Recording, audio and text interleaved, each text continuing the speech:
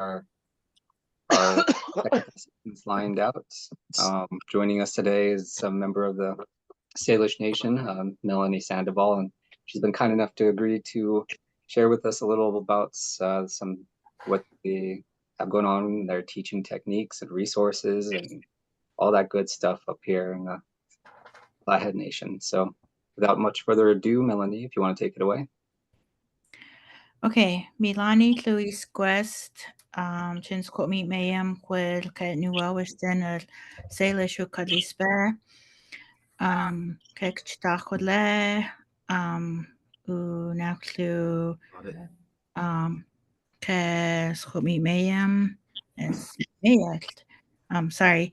I can't see you guys, so you just have to bear with me. I'm just kind of speaking to the screen. But we have a few of our teachers and our senior language specialists with us on Zoom right now, and I can't tell if anybody else has joined us.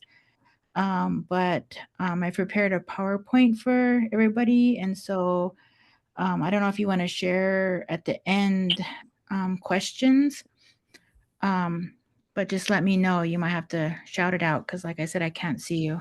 So we're here talking about the adult Salish language Apprentice Program, and it's currently housed through the Salish Pudley Culture Committee.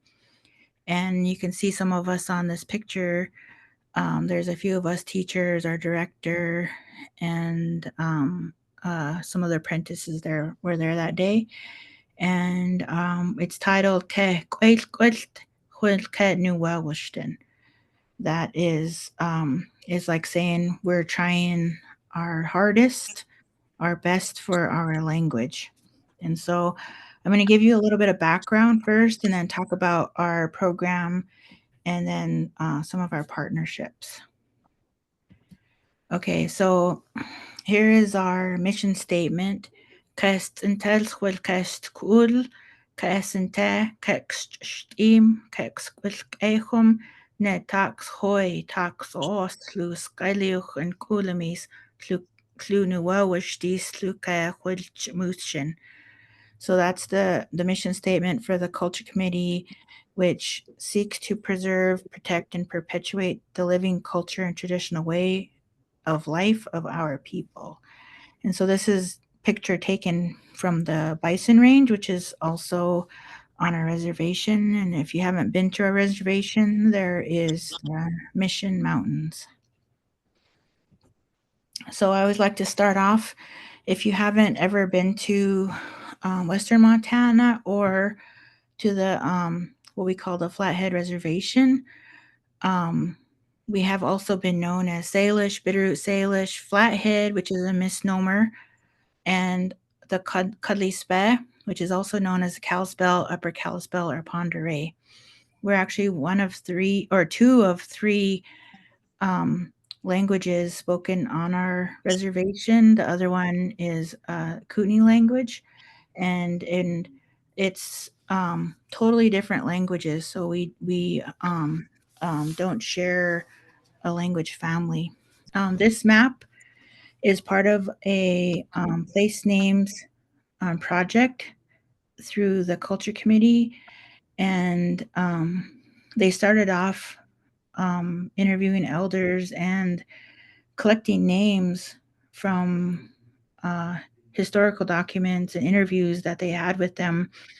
And they believed that if a place was important enough to have a name, then it meant that we were part of that area. And it doesn't mean to exclude anybody else. It just says these are the places that we have been. So another thing, sorry, I hear other people, but the other thing to mention in here is that you can see where it says Cuddly Speh is our Flathead Reservation up by the Flathead Lake, but there's another area below which was actually written to our treaty, but it wasn't honored, and that's the Bitterroot Salish land where there would be Stevensville and some other places down that way, but it just never made it in through the treaty.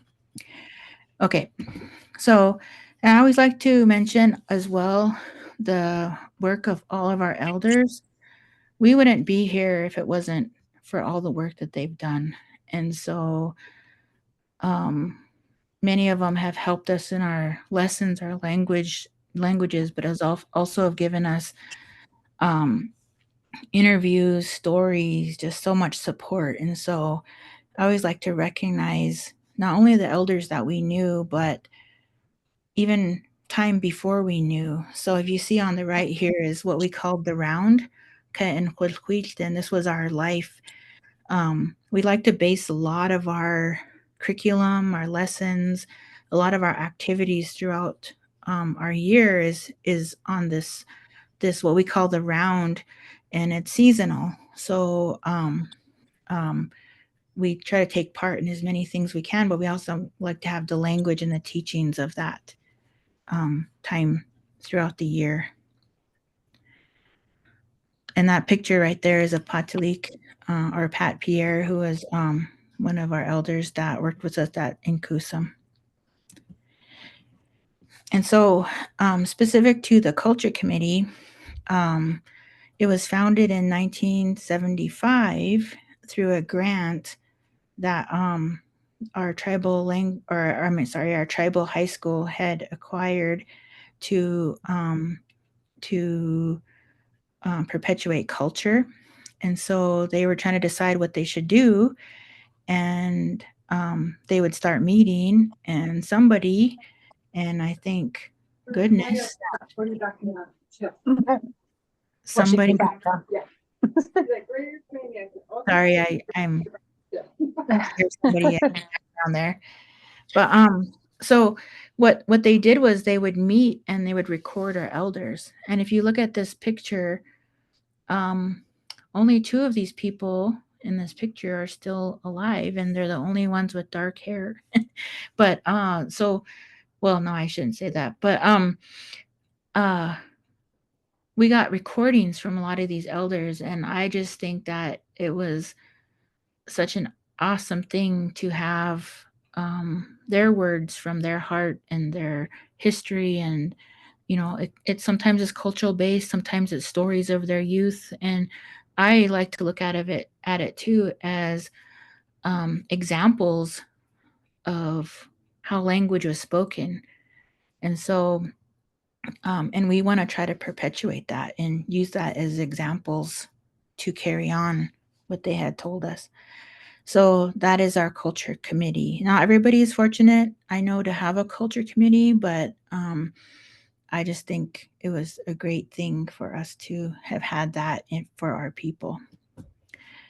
So fast forward a few years, 2002, there was a group of us who thought we need to speak our language. We need to teach our language. What can we do?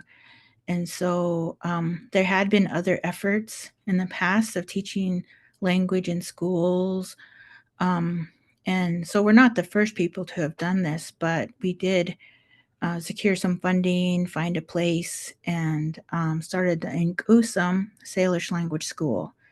And so we came up with this mission statement to pass the language from parents to children, elders to youth, and to perpetuate the Salish way of life and worldview. So we try to, like I say, incorporate the seasonal activities and language around that and bring that to our young people. And Kusum also is the word for one fire, because we believe that one fire means you're one family. In 2000, let me see, 14, I believe. I should have put the dates on here. We actually got another grant to bring language into our early childhood services. And like I said, other people have had language and culture in their classroom, so we're not the first ones to start it. But we did come together and try to what we did is try to make it cohesive. That's why we call it a cohesive manual, and bring as much as together as we could to help our teachers in the classroom with the babies. And so we compiled a bunch of information and language that you can use, and try to make that available to as many teachers as we could. Um, One of the things I didn't mention to begin with is if you haven't been on our reservation, it's pretty big, but it's also um, how would you say, it was open to homesteaders early on. So we have a lot of non-native farmers and towns here. But the other thing is that we have 7 school districts, which means that we have 7 high schools, 7, separate school districts where um, I always like to mention that because um, our need for language or culture in each school is multiplied by 7. So if you think about, well, we need one teacher in kindergarten, well, we would need, 10 of those to for every kindergarten or more. And so looking at early childhood services as well, the Flathead Reservation has, I believe, around 30 some early childhood classrooms. And so you think about, well, how many teachers are we going to need to be with those children? We just have a great need to have as many people know more language. And so having those resources for people to learn from, to go forward with, we're always trying to develop things. Excuse me. And so right around 2010, and in Kusum, we always knew we had this need to not only learn the language, but also to teach our language apprentices to be teachers, if that makes sense. So um, at this point, though, Cheney Bell had gone to Washington and seen a program that they had over there. And it was based on this curriculum developed by Chris Parkin. And if you want to email me and ask me more about that, I can give you more information. But we started this program for adult language apprentices. So they're learning language, but they're also learning teaching techniques and other things. But we like to incorporate them into classrooms and give them experience here and there. So this is a few of our first cohort or apprentices, and actually 2 of them are teaching adult languages right now. One of them, she just left our program and went to teach in a public school, and another one is teaching at Inkusum. And so, we always try to get people to a good place so that they can go back out and contribute to our youth, our other youth. So that's a picture of these guys. And so one of the questions I run into when I talk to people about our apprentice programs is, because I think even within our own programs, we're confused, like who is doing what. And so this slide will show you that there's many ways to be part of our adult program.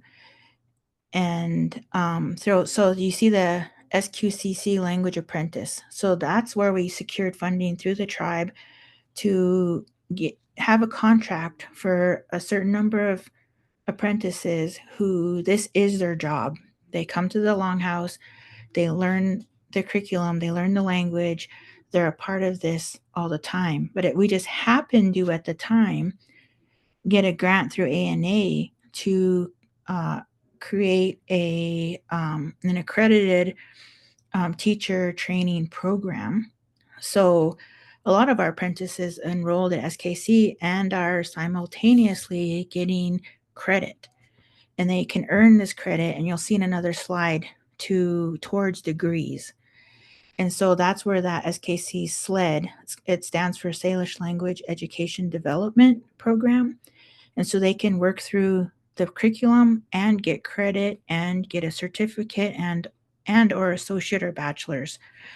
And so recently, over here where you see SKC CALS, it stands for Culture and Language Studies.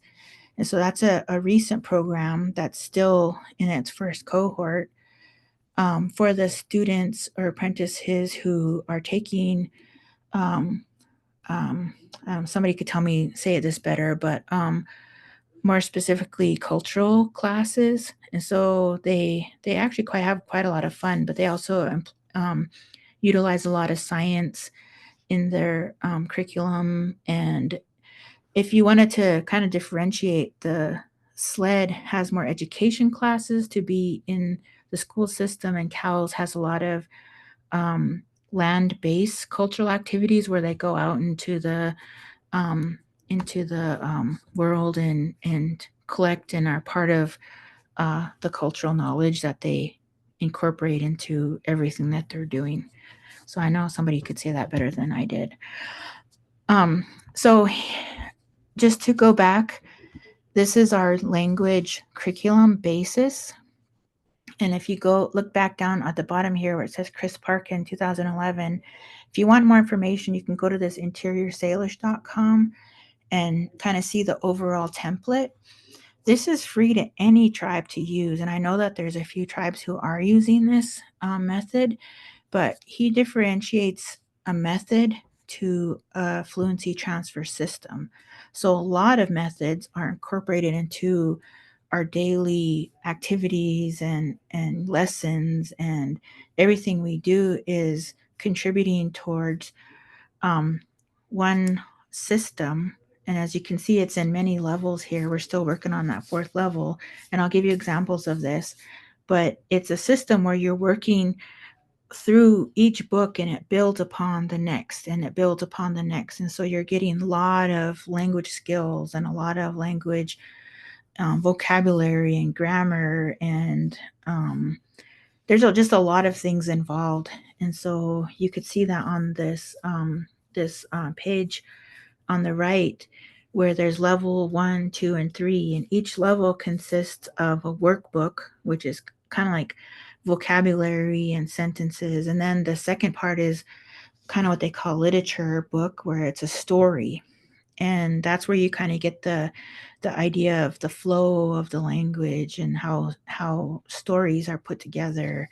And so, like I said, you build upon this. And our apprentices, we always tell them that this is intense. You're getting a lot of language thrown at you. And so, but there's a method to it that we're trying to surround them with. And if you just trust in the process, you can get pretty far. I don't know if it's for everybody, because it is so intense, but you know, with many languages out there, we're kind of in a race against time. Like we're losing elders, and we're losing like that knowledge of the world, that their worldview. And so we want to have as many people as we can learn as much as they can. So we just throw them in and have them learn. So here's an example of our first book. Our day is scheduled out, and you do lessons. And sometimes at the college we do like one lesson a week or two lessons a week. But in this one, because you're here from in here, it says 9 to 4:30, and some time in there for your homework, but you're just doing it all day long, and you're getting many lessons per day. We also do assessments through written assessments, but we also do oral assessments, and in class discussions and things like that. We provide them with audio to go with their lessons, a workbook to go with their lessons, and one thing I didn't include in this whole slideshow was some of the apps and the websites that we've incorporated, but maybe at another time we can share those things. So here is an example of one of our lessons. You can see there's vocabulary, example sentences. We have pictures to go with our lesson, so that people can study that way. If they want to see pictures, but you can see we go through on the upper right side, it says recognition, comprehension, limited production, full production. So every one of our lessons reflects that. We tried to bring people through that series of, not ever setting them up for something that they can't do, but helping them get through that, so that they're able to produce language. Okay, so the second book, so that first book, we have 45 lessons and we get through that in about 3 weeks. This is our second book. We do the same thing. We have a full schedule. We try to incorporate activities in there and give them support. This is kind of what our story looks like. There's a method to it, and if you guys want to learn it, we can show you. I don't want to go into the whole thing right now, but at this point, we're still giving people English and Salish together. We do want to eventually, have them produce language on their own, but this helps them get to that place. So I do not have pictures, sorry, of the next couple levels. It's one of the things I want to add slides in. But I will get that at some point so you can see. So this book takes us, I don't know, a couple of more months to get through. So I know that some language apprentice programs are like 9 month or 14 month. Ours are 1 year and no breaks, like no, we just get federal holidays because we work the same as any other tribal employee. Um, um, so that we just keep on going through.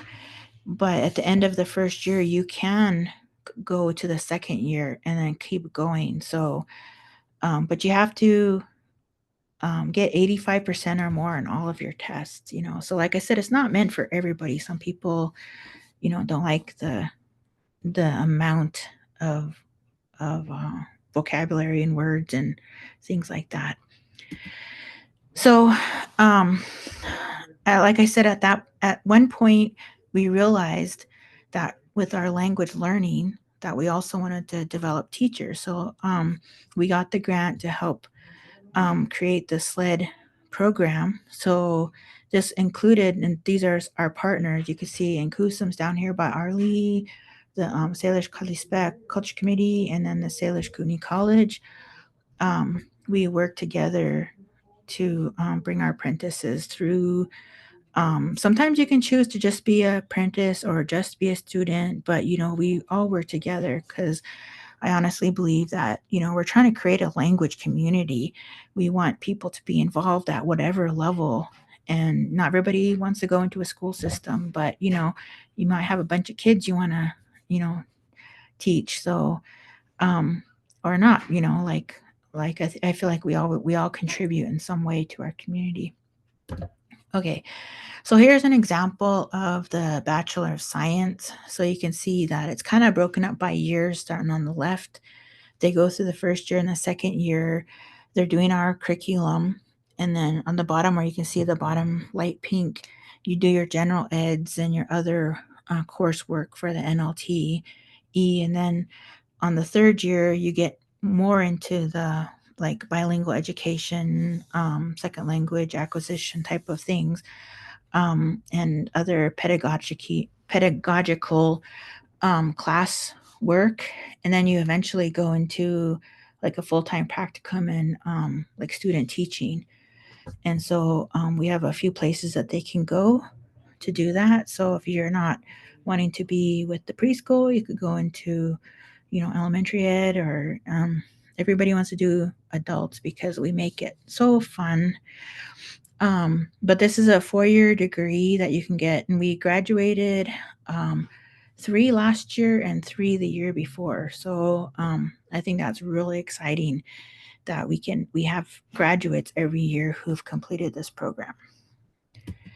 And so here's an example of how we broke down some of our levels. And I just wanted to show this slide because it shows how many credits per lesson. And we figured these out by hours.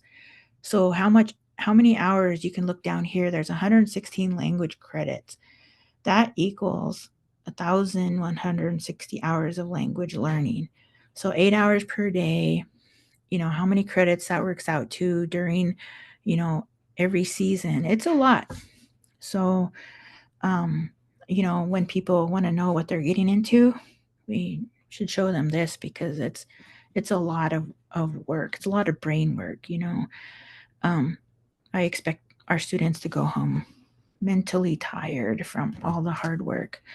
So here's an associate. I kind of did it backwards, but associate it's a 2 year, but it does take you 3 years because you're taking so much Salish language credits. But if you just kind of skim this, you can see that there's other language classes available to our apprentices to help them go into classrooms and to get their foundations and also best practices for um, wherever they want to go into. And then I don't know if anybody from CALS is on right now, but I'm just going to mention this. The Culture and Language Studies, like I said, is a new um, a new program to the college. It started off with the idea, I think was in the late 90s. Tony Gashola, our former director, or I shouldn't say former, our director previously, who passed away, and some elders wanted to have a program through the college where they could do language and culture and get I don't know how to say us not certified, but there is a certificate of completion. But they would get language and cultural studies, and so they revived that recently before Tony passed away. And this is kind of a breakdown so that they have the language that, and like they have those cultural classes that I was talking about. And I know people see these guys; they're always doing fun things like you know making fish hooks from thorns and not tar pitch, or collecting tules, or they do a camp every season, and it's really fun. But they're also incorporating, like I said, a lot of land-based science with everything they do. So, so like I said, you could do this track, or you can do the other track, and with for education. But you know, the basis of the language is still the same. It's still that same curriculum throughout. So here's another version of that round that Tim Ryan, you could see him down there by the trees. He's the lead cultural person for the program, and they do so many cool things, and the hope is that they will go into the schools and other programs to help bring that to them. So, yeah, I'm sure there's more things that are in there that we could talk about. And so I think I went pretty fast, honestly. So this is the Culture Committee website is right here. And if you go to this website, there's a brochure on there that you can download. And there's actually quite a few different things that you can download. The thing about the maps, there's Salish maps on there. There's some history. There's audio. There's interviews with our elders. There's like some other CD audios, pronunciation drills. They are working on updating the. So if something doesn't work, then let us know. But one of the main things is, and I don't know if you guys can see me, but I can't see you guys. But there's a brochure that lists so many things like the place names, maps, the books that we've created, the CDs, the games. There's just so much stuff in here that is you can order or download, like I said. So our director is Sadie Pion Stops. Our senior language advisor, Shirley Trahan, she's the one that we go to for asking anything about our language, and so grateful that she's here in our office to help us. Neilani, Richard, Tom, me, Christina, and Malia were our apprentices, and they came back to help us teach. which is something that you always want, is to come back for full circle and have people come back and help who had gone through the program. And so I put my email on there through the tribe if anybody wants to email me any questions or, have problems. I didn't have time to put everybody's email on there, but there's the website as well and the phone number. Here are some of our partners and some of their emails. So the NLTE program, if you want any more information about that, I still have my name on there because I still am an adjunct professor, or not professor, instructor. Rosie Matt is probably the person that you'd want to talk to about the NLTE classes or enrolling in school. She'll get people registered. And the cultural and language studies, there's a few of the people on there who are the language and cultural specialists. And then in Kusum is the language school in Arlee. And there's quite a bit of things that they have available too, resources and materials, and we work hand in hand with those guys to develop things, posters and whatnot. And you can see on the bottom I listed, well, I borrowed it, but the the logos, the culture committee in Kusum. And if you look under in Kusum, it says in Kusin Hulkenu Welwishton. That means one voice for our language, because I honestly believe we're all doing this to create a language community, no matter which department or program or which hat you're wearing. So the Salish Kootenai College and in Kuwilsh, which is our language teacher education program, and you can see in Ku and in Kuwilsh have to do with one, so coming together as one. So to end, and then we'll probably go to questions if anybody has any. But to end, I always like to put this picture, because you could see our logo is a bitterroot, and our state flower is the bitterroot. But for Salish people, we have a story. Long, long time ago, Sleep, our people were in a time of famine, and there wasn't any food. And there was this grandma who was really sad that her kids or grandkids, they were going hungry. And I'm probably just really summarizing this, but she started crying because her people were starving. And as their tears went down into the ground, they became bitterroot. And tears are bitter, bitterroot's bitter. And so now that they had bitterroot, they were able to dig it up and eat, and so that sustains us. This is one of our roots that we dig every year. We have a ceremony for it. It comes out in May. And so my understanding of the story is that Tim, the cultural leader or instructor for CAL's program, had dug this bitterroot.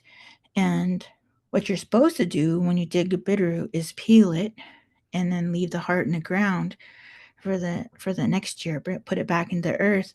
Well, he didn't do that. He dug this bitterroot. It still had the top and it still had the skin on it, and he had left it in his office. I don't know how long he was gone, if it was the weekend or a week. He came back and it had bloomed. And it's like not in the dirt, it's out of the soil. And so I always think of it as our resiliency, because you talk about all the things that have happened to us, why we don't have our language, why we're on a reservation, all of these things that happen in our history. And yet we still are here. We're resilient. We're still living. And so I feel like that's the symbolism of this bitterroot, because you can take us out of the ground, you can take us out of the soil, you can take the bitterroot out of the soil, but it's still going to bloom. So that's what I feel about these programs that we're doing and the language community that we're building, is that resiliency. So I'm going to see if I can get out of this slideshow. And let's see, where am I? And go to quit sharing. How do I quit sharing? Oh, there it is. So I'm hoping that you could still hear me as I was talking, and that maybe if you have any questions for me or for, let's see, I can see now the people on. Shirley's in there. She's our language specialist. I can see Malia. She's one of our teachers. Um, if you have any questions for me or for them. Oh, and there's even a chat.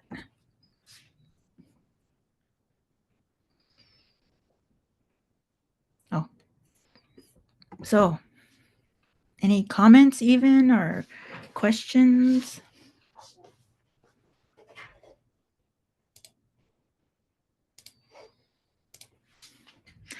Can you guys hear Yeah, me? I just a comment. My name Okay. is Alfred Jefferson. Hi, Melanie. Um, I teach first grade, and I'm a Crow. I'm from the Crow tribe, and I do a lot of Crow language in my classroom. And a lot of times I get discouraged because I hear from other teachers and like, why are you doing that? Why are you when they don't have the language at home? And now that you brought up this parent parent nights, the one that you had shared, having parent nights and parent was it parent language?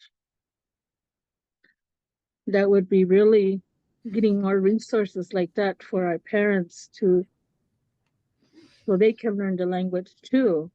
Having parent nights with our kids, family nights, because it's really I really believe as a teacher, kids listen to the teachers. We're the role model, and they learn a lot from us.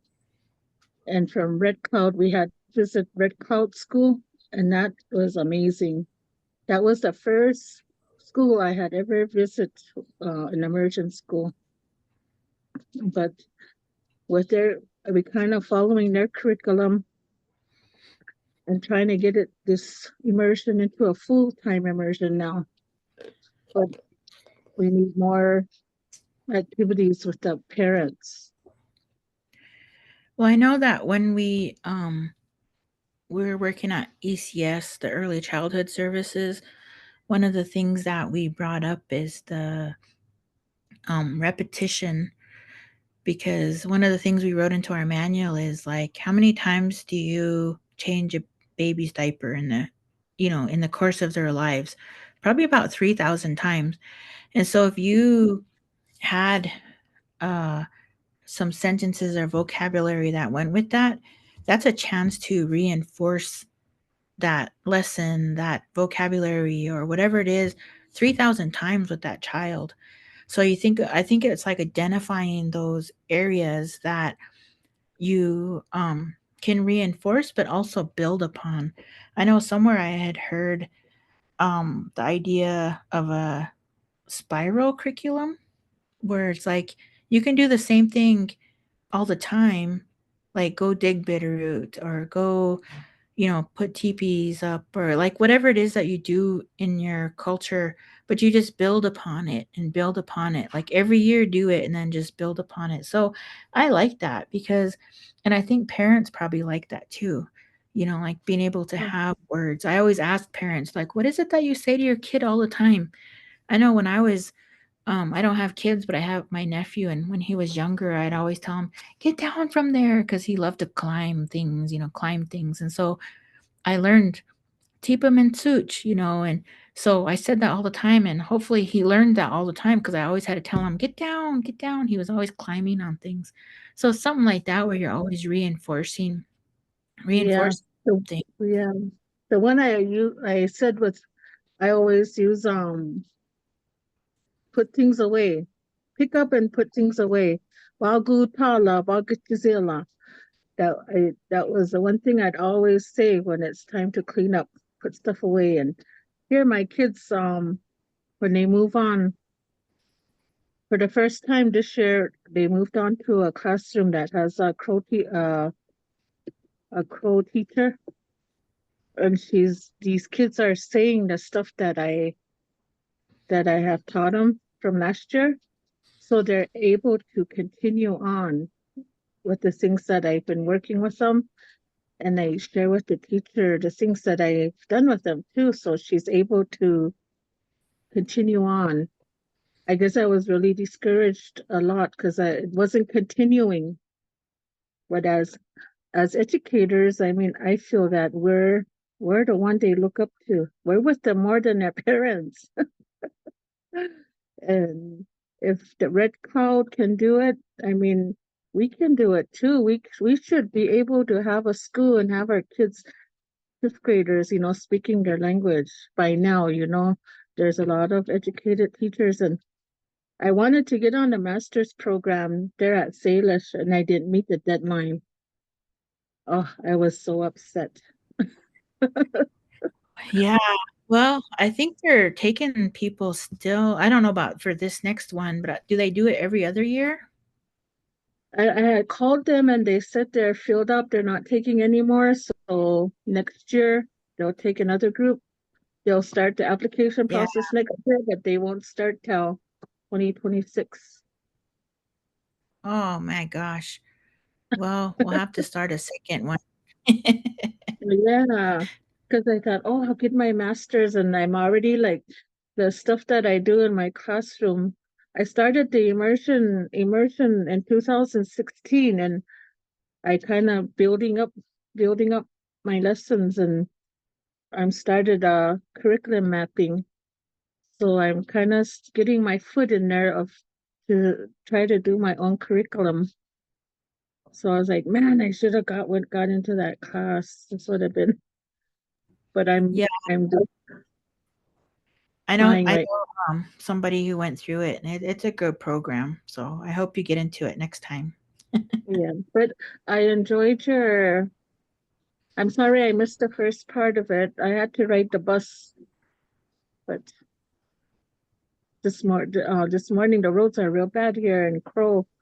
I had to ride the bus to work, and I kind of got on as soon as I got signal, but I wish I saw the first part of it. It's okay.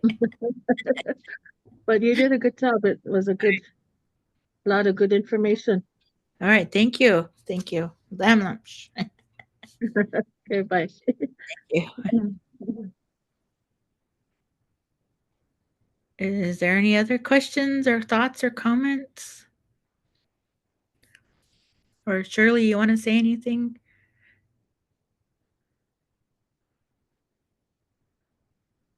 Oh, I think you're on mute still.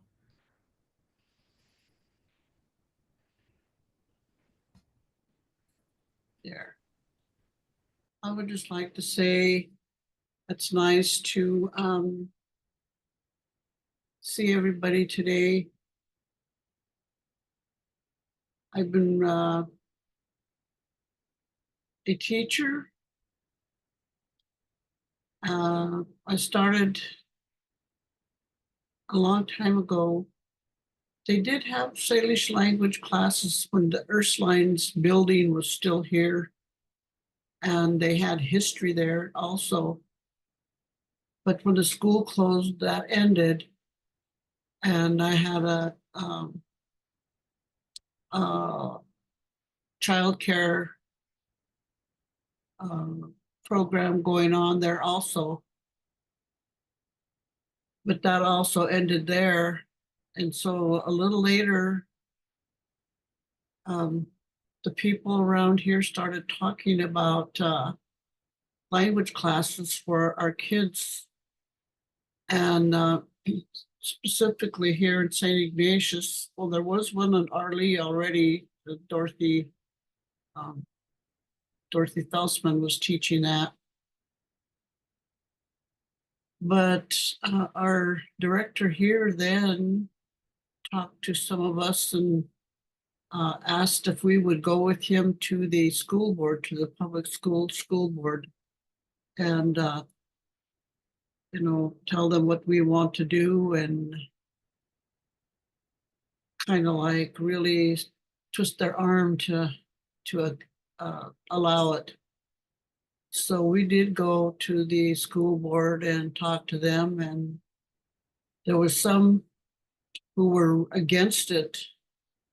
And one of them was a guy that was a farmer, and he had a lot of, I think he had dairy cattle, and he was really against it. And because I didn't have any experience or anything like that, and I just said, well, how are you doing your what did you learn from having your cattle? And I said, was it from experience? He said, well, yeah. I said, do you have a degree from a college or a university? And he said, no.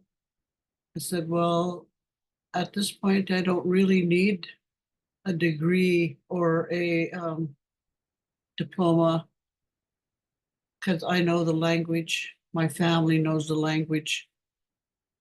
So, yeah, that was because they were not wanting me to be hired because I did not have a college education or a college degree. So my fight was this farmer raising his cattle and being a farmer and stuff didn't have a degree to do that. It was kind of like close to the same thing. So they finally agreed to let me teach. And I taught for, well, they finally agreed, that it would be okay to have a language class in our school. And so I applied.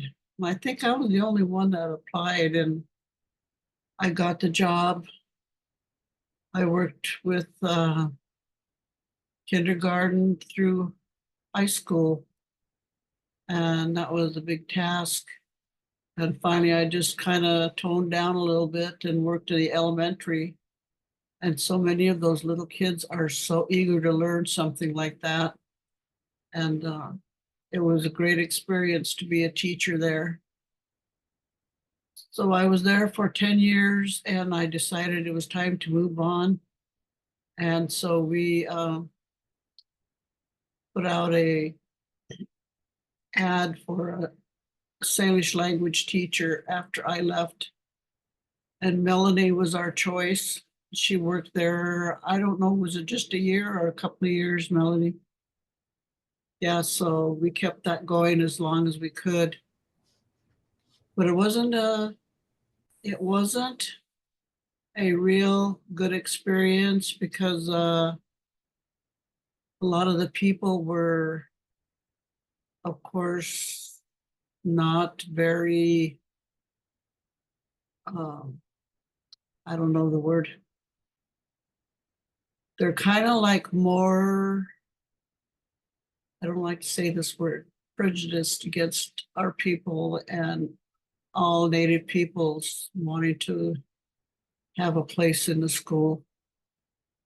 But we still have teachers there now, and we're still going forward.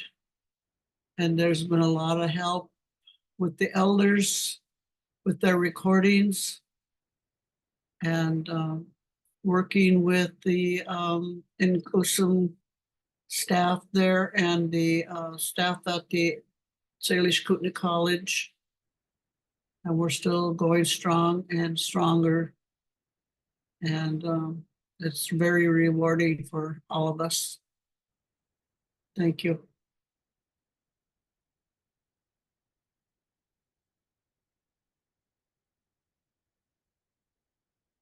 Do you have any questions for me?